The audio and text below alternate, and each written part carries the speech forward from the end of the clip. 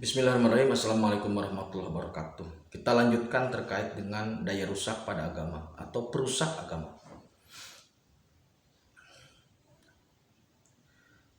Jadi kenapa orang Islam terjebak di situ? Karena banyak para ahlinya yang menggunakan akal tanpa mengkonfirmasi spirit. Sehingga terjadi adu dokumen. Pada ujung-ujungnya banyak atau sebagianlah para ahli itu, atau mungkin yang bukan ahli, bahkan ada yang bukan ahli, ngakal-ngakalin gitu. Jadi kalau dirasa akal masuk Pak Eko gitu. Padahal sesungguhnya hal yang mutlak itu adalah kebenaran spirit, harusnya dikonfirmasi ke spirit. Tetapi karena ketidakmampuan, maka kembali kepada akal. Akal dijadikan sebagai satu-satunya alat bedah dalam hal agama ini. Karena apa? Karena Al-Quran maupun hadis, terutama Al-Quran, itu sangat rasional, sehingga sangat indah kalau dibedah dengan akal, sangat rasional. Tetapi keterjebakan dengan pembedahan melalui akal itu juga membahayakan.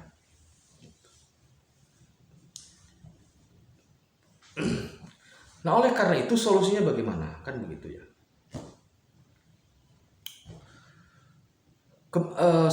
Jadi begini dulu, apakah di karakteristik Islam, di agama Islam tidak ada iblis, jin, setan? Jawabannya ada. Tapi dalam konsep ajarannya, orang Islam itu lebih terjebak kepada karakteristik akal atau malaikat. Gitu. Dalam ajaran Islam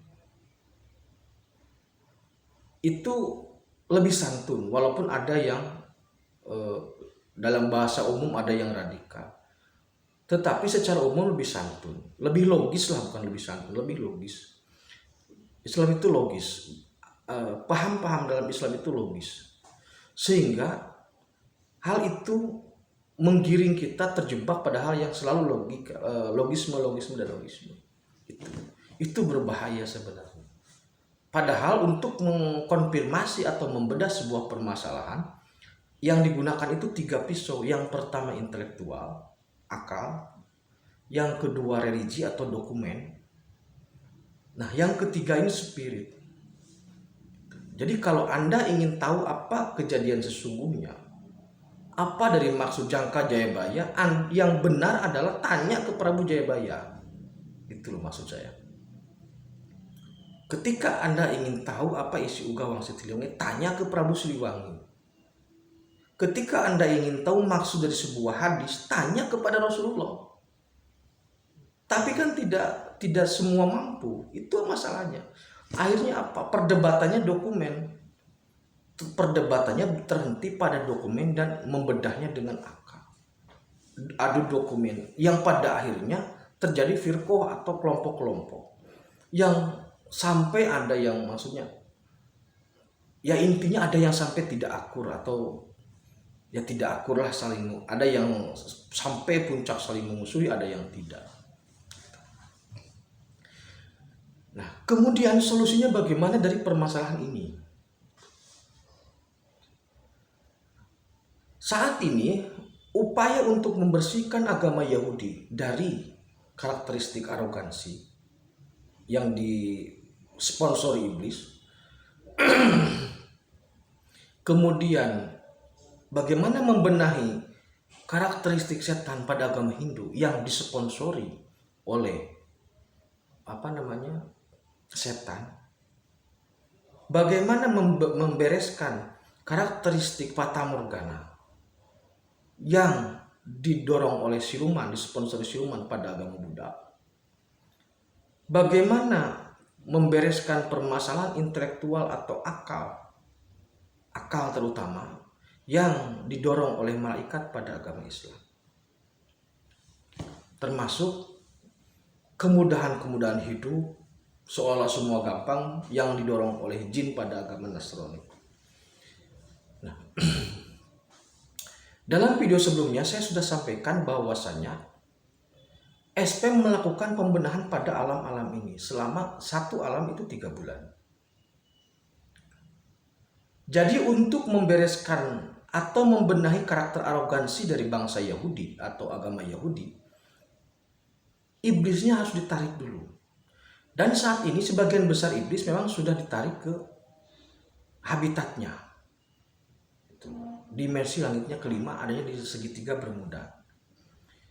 Nah, iblis yang sudah masuk ke dalam dimensinya atau ke dalam tempatnya itu tidak akan bisa keluar lagi. Nanti akan saya ceritakan di kelucuan iblis tuh nanti di video yang lain. Setan pun sama. Supaya setan tidak terus mengganggu saudara dari umat Hindu, maka nanti setan dan karakternya akan ditarik. Setannya, zatnya akan ditarik, digusur ke segitiga Bermuda. Memang lokasinya sama tetapi couplingnya berbeda. Jadi iblis dan setan berbeda. Nanti saya cerita di video kelucuan setan. Harapannya adalah ketika sponsor atau pendukung karakter ini ditarik, maka nanti pembenahannya akan lebih mudah. Begitupun dengan Nasrani, begitupun dengan Islam, begitupun dengan Buddha. Semua dikembalikan. Jin dikembalikan ke selatan, setan ke Bermuda, kemudian siluman ke Sleman, dan malaikat ke dimensi ke-6. Nah, kemudian nanti setelah zatnya ini ditarik semua, dikembalikan semua, tidak lagi menyponsori atau mendukung, tidak lagi menjadi daya rusak dengan karakteristiknya itu, maka pembenahan untuk membenahi karakter ini lebih mudah. Maka pilihannya adalah satu, untuk agama Yahudi, berhenti mengagungkan Uzair, fokus pada Tuhan Yahweh. Nanti ke depan seperti itu. Jadi saya sudah bahas di penegakan tauhid terhadap 5 agama, saya sudah bahas itu. Bahwasanya ke depan, apapun nama agamanya, yang penting adalah menuju ke Tuhan yang satu. Karena begini, kalau saya mengakui bahwasanya Tuhannya orang Hindu, bahwasanya Tuhannya orang Buddha, bahwasanya Tuhannya orang Yahudi, itu berbeda dengan Tuhan saya, maka artinya saya mengakui ada 2 Tuhan. Maka kami meyakini bahwasanya sebenarnya Tuhan mereka itu adalah Tuhan kita yang sama, tetapi dalam penyebutan yang berbeda. Kemudian terjadi syirik atau terjadi penduaan terhadap Tuhan dalam agama masing-masing. Terjadi penggandaan keyakinan lah, mungkin begitu. Karena sosok Tuhan itu cuma satu, tunggal, tidak mungkin ada 2 Tuhan.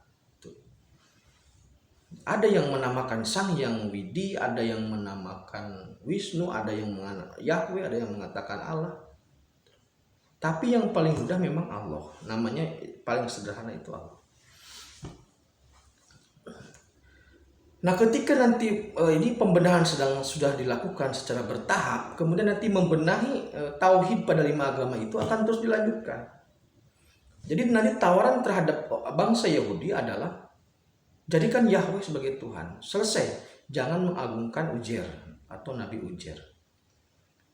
Kepada agama Buddha, dan ini sudah disepakati di spirit dengan Siddhartha Gautama. Gitu.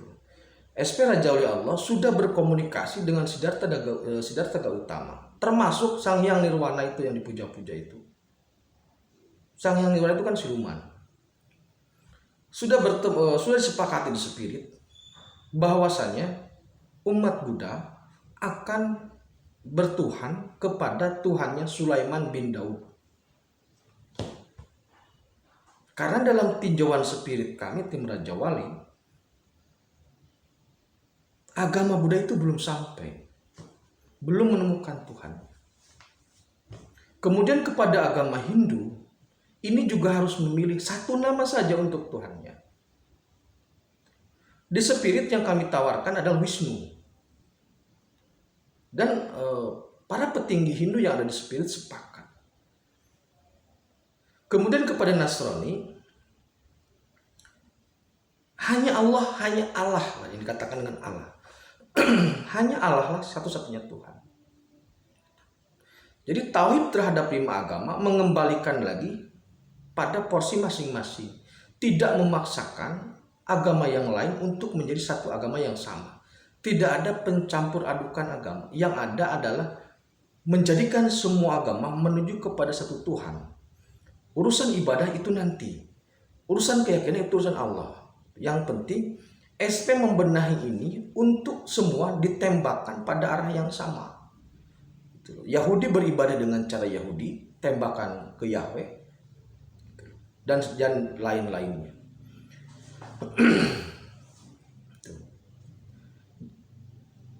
Ini saya maksudkan bukan untuk mencampuri, bukan untuk menjustifikasi agama yang lain. Karena masalah itu tidak hanya di semua agama ada masalah. Semua agama ada masalah. Di Islam pun ada. Masalahnya sangat luar biasa pelik. Sama saja sebenarnya. Di Islam juga sama. Masalahnya itu luar biasa pelik. Antara Sunni, Syiah, Wahabi kan tidak selesai. Nanti SP akan memberikan strategi bagaimana membenahi dalam Islam. Jadi saya tidak membela agama Islam dalam hal ini. Juga tidak menjelekkan agama lain. Yang saya maksudkan adalah tujuan dari Raja Wali Allah atau Satya Piningit adalah mentauhidkan semua agama. Maksudnya jadikan setiap agama itu Tuhan yang satu. Karena semua agama meyakini satu Tuhan sebenarnya. Trimurti kan sebenarnya satu, 3 dalam 1. Kemudian Trinitas 3 dalam 1. 3-nya hilangkan, tinggal 1 gitu. Udah 1 saja gitu. Jadi ke depan tawaran dari Raja Wali Allah seperti itu. Di dunia spirit sudah disepakati.